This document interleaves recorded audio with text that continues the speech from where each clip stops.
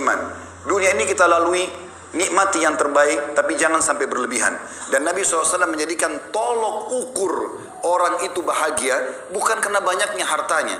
Tapi perhatikan kata Nabi SAW apa? Di dalam hadis yang sahih, diriwayatkan Imam Bukhari dalam kitab Adabul Mufrad, "Man asbaha minkum aminan fi sirbi." Siapa yang tiba pagi hari dalam kondisi jiwanya tenang, mu'afan fi jasadi, jasadnya sehat, indahu qutu yaumi, dia punya makanan yang dia bisa makan untuk hari itu, faka'anna mahizat lahud dunya, ketahuilah dunia telah dia kuasai. Jadi di sini pola ukurnya adalah bukan hal-hal yang lain. Harta yang kita kumpulkan itu akan menjadi penolong bagi kita di akhirat atau justru menjadi kecelakaan bagi kita. Juga dalam sabda Nabi SAW yang lain, riwayat Imam Ahmad dan juga Ibnu Majah dengan sanad sahih, kata baginda Nabi SAW, "Man kanatid dunya hammahum." Siapa yang dunia menjadi targetnya, tidak ada urusannya sama halal haram, enggak ada urusannya dengan masalah akhirat, farraqallahu alaihi amrah, Allah akan sibukkan dia dengan perkara-perkara. Tidak selesai-selesai. Ini enggak selesai, itu enggak selesai. Semuanya jadi masalah buat dia. Wa ja'ala faqrahu baina ainai. Allah jadikan kefakiran di depan matanya. Biar mobilnya mewah, rumahnya mewah, segala macam ada, tetap dia merasa tidak pernah puas. Walam yatihi minad dunya illa ma kutibalah, dan tidak akan sampai kepadanya urusan dunia ini kecuali yang sudah dicatatkan baginya. Wa man kanatil akhirah niyatuhu, siapa yang akhirat menjadi niatnya, targetnya, dunia dia tunggangi untuk ke sana. Setiap kali dia membantu orang, targetnya untuk akhirat. Dia melakukan ketaatan, apa saja semuanya untuk akhirat. Jama'allahu amrah, Allah akan selesaikan urusan-urusannya. Wa ja'ala ginahu fi qalbihi, dan Allah jadikan kaya di dalam hatinya sehingga selalu dia merasa puas. Wa atathu dunya wa hiya ragima, dan orang seperti ini dunia akan datang mengejarnya dalam kondisi terhina. Dalam pepatah dikatakan, siapa yang kejar akhirat, dunianya akan ikut. Dan siapa yang mengejar dunia, akhiratnya akan luput. Saudaraku seiman, Nabi SAW juga mengingatkan kepada kita. Yaqulu ibn Adam, dalam hadis sahih riwayat Imam Muslim, anak Adam banyak berkata, mali, mali, hartaku, hartaku. Kapan proyekku bisa tembus? Kapan aku begini? Dari proyek ini, proyek itu, tanpa memikirkan mana halal haramnya. Wahallaka ya ibn Adam min malik. Apakah kau sadar hai anak Adam, kata Nabi SAW, sesungguhnya hartamu illa ma akalta fa'afnait, sesungguhnya hanya dalam bentuk makanan lalu akan habis. Au labista fa'ablait, atau kau beli pakaian lalu kemudian punah juga. Au tasaddaqta fa'amdait, atau kalau kau cerdas kau akan sedekahkan maka beruntunglah kamu. Ali bin Abi Thalib mengingatkan kepada kita dalam riwayat Bukhari, beliau mengatakan irtahalatid dunya mudbirah, ketahuilah dunia sudah meninggalkan kita. Umurnya dunia makin sedikit. Sudah banyak orang sebelum kita meninggal dunia yang jauh lebih hebat daripada kita, lebih banyak idenya, lebih banyak keturunannya, sebagaimana saya katakan tadi. Wartahalatil akhirah muqbilah, dan akhirat sedang menuju kepada kita. Walikulli wahidin minhuma banun, kedua wilayah ini punya anak-anak. Fakunu min abnail akhirah, jadikan anak-anak akhirat. Wala takunu min abnaid dunya, dan jangan kalian tinggal menjadi anak-anak dunia. Fa innal yawma amalun wala hisab, karena hari ini di dunia bebas beramal tapi belum ada hisabnya. Wa gadan hisabun bila amal, tapi besok di akhirat akan ada hisab, tidak ada lagi kesempatan untuk beramal. Saudaraku seiman, di dalam hadis yang lain juga Nabi SAW mengatakan, kun fid dunya ka'annaka gharibun aw abiru sabil, jadikan dirimu di dunia ini seperti orang yang asing atau hanya sekedar lewat saja. Dalam riwayat lain, wa'udda nafsaka min ahlil kubur, dan selalu siapkan dirimu untuk menjadi penghuni kubur. Wa qala Ibnu Umar radhiyallahu anhuma, dan Abdullah bin Umar berkata dalam riwayat yang sama bersambung menanggapi hadis Nabi SAW, riwayat Bukhari, idza amsayta fala tantadhirus sabah, kalau kau tiba sore hari jangan tunggu pagi hari. Wa idza asbahta fala tantadhirul masa, kalau kau tiba pagi hari jangan tunggu sore hari. Wa khudh min sihhatika limaradik, maksimalkan masa sehatmu sebelum kamu sakit. Wa min hayatika limautik, dan selama hidupmu untuk persiapan matimu. Juga dalam hadis yang lain kata Nabi SAW, mali walid dunya, untuk apa saya mengejar dunia ini berlebihan? Ma'ana wad dunya, perumpamaan aku dengan dunia, kata Nabi SAW, innama mathali wa mathalud dunya kamathali rakibin dhalla tahta syajaratin thumma raha wa tarakaha. Sesungguhnya perumpamaan aku dengan dunia ini seperti seorang musafir yang kebetulan penat, capek, lalu kemudian dia pun duduk di sebuah pohon, kemudian dia akan pergi meninggalkan tempat tersebut. Ibaratnya ini bahasa saya, kalau kita seperti lagi safar dari Jakarta ke Surabaya naik bus, maka bus-bus itu mampir di rest area, di tempat istirahat. Maka ada orang yang cerdas, dia mampir sebentar lalu kemudian dia naik bus untuk melanjutkan ke tempat tujuannya. Tapi ada orang yang konyol, dia sengaja tinggal di situ, dia tidak ikut dengan busnya, maka terbengkalailah dia gara-gara tidak ikut dengan tunggangannya.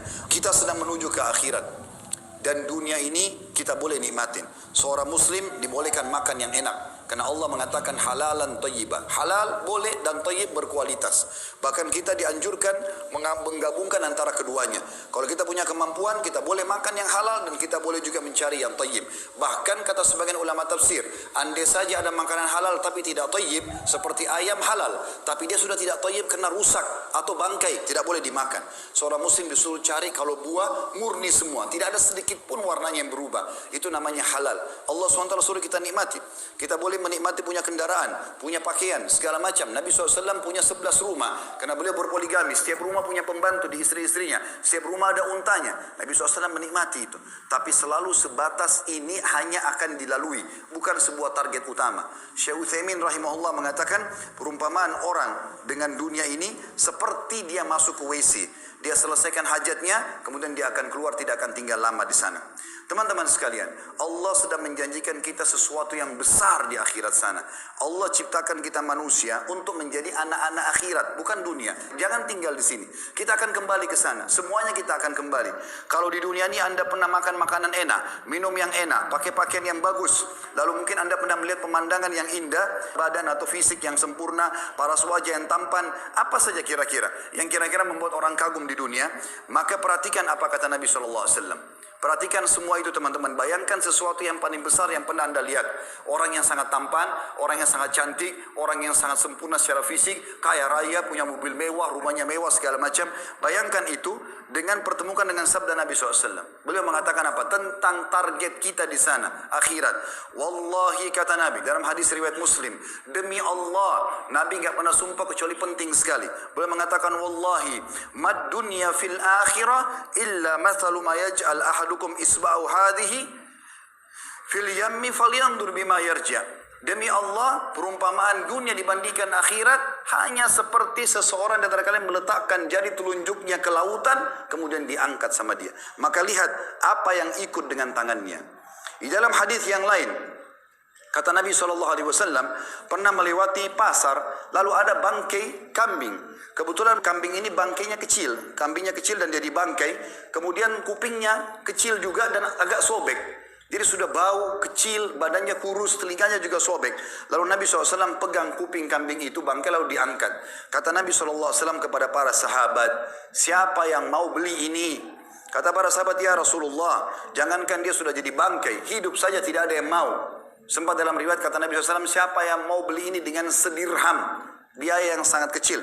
Kata para sahabat, ya Rasulullah, tidak ada yang mau. Artinya jangankan dia jadi bangkai, hidup pun kalau kecil, kurus, kupingnya robek, nggak ada yang mau. Kata Nabi SAW, siapa yang mau saya kasih gratis? Kata para sahabat, sama ya Rasulullah, tidak ada yang mau. Kata Nabi SAW, perhatikan wasiat beliau ingin sampaikan kepada kita pesan ini.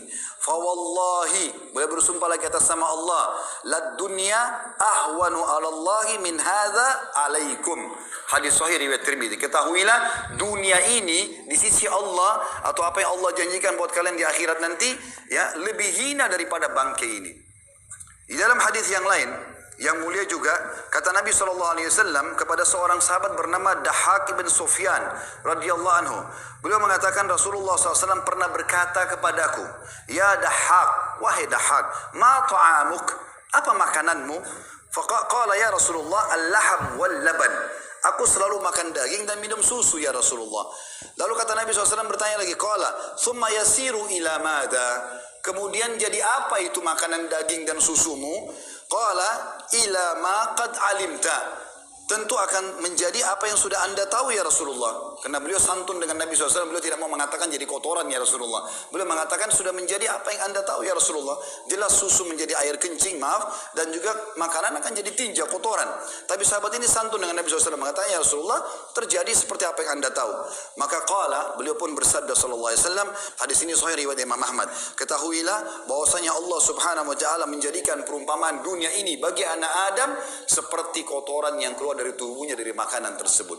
Oleh karena itu teman-teman sekalian, bertaubatlah bagi orang yang berbuat dosa. Umur kita terbatas, jangan sia-siakan. Cukup yang lalu-lalu.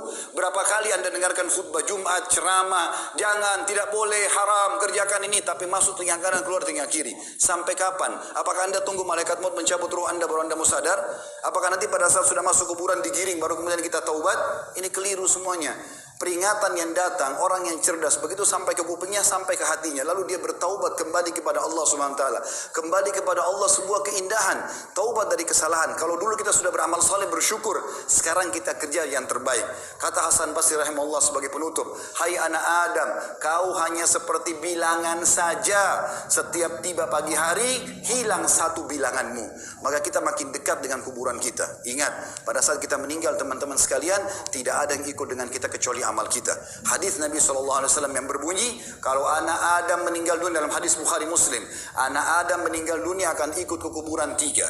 Keluarganya, hartanya, dan amalnya. Dan akan pulang dua. Hartanya dan keluarganya akan pulang. Secinta-cinta suami anda kepada anda, cinta-cinta anak kita kepada kita sebagai orang tua, tetap saja mereka tidak akan nginap di kuburan. 1 jam maksimal mereka tunggu di liang lahat, selebihnya mereka akan pulang. Kita bisa menikah sama orang lain. Anak-anak kita akan sibuk dengan aktivitasnya. Teman-teman kita cuma tetesin air mata sebentar, lalu kemudian mereka kepada aktivitasnya kembali. Mobil mewah kita hanya bisa parkir di pagar kuburan. Dan yang tinggal, kata Nabi SAW, setelah pulang keluarga dan hartanya, tinggal bersama amalnya. Sholat yang selama ini kita kerjakan hanya buru-buru. Sedekah yang selalu keluarnya cuma 1.000-2.000 rupiah. Selalu perhitungan ini dan itu. Selalu bermaksiat, tidak sempat taubat. Itu yang tinggal bersama kita. Dan ini berbahaya. Kalau kita tidak tentukan mulai sekarang, maka sampai kapan? Allahu a'lam.